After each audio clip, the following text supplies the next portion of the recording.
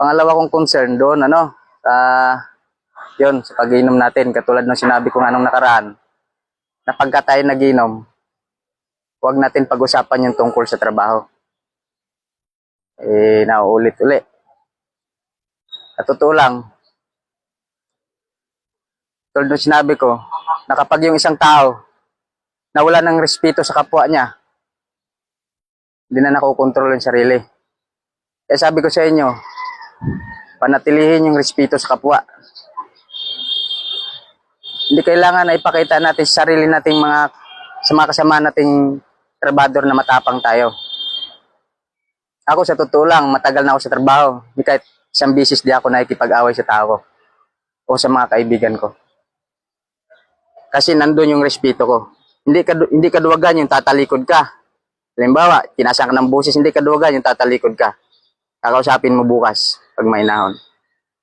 Kasi kung parehas kayo mainit ang ulo, doon kayo nagkakasakitan. Buti kung ganun lang. Kung umabot sa punto, kayo ay mahigit pa doon. Dahil nga parehas kayong mainit.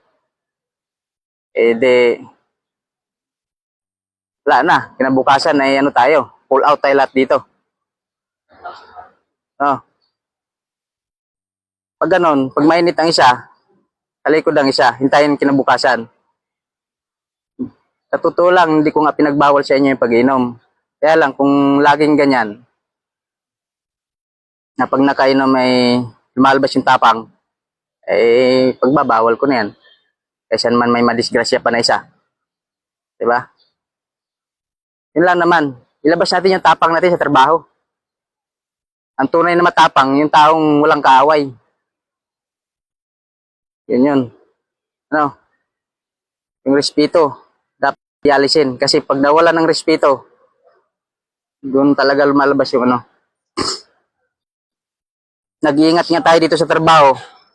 Hindi tayo nadidisgrasya. Kung sa init naman ang ulo natin, nadidisgrasya tayo, baliwala rin yung pag-iingat natin sa trabaho.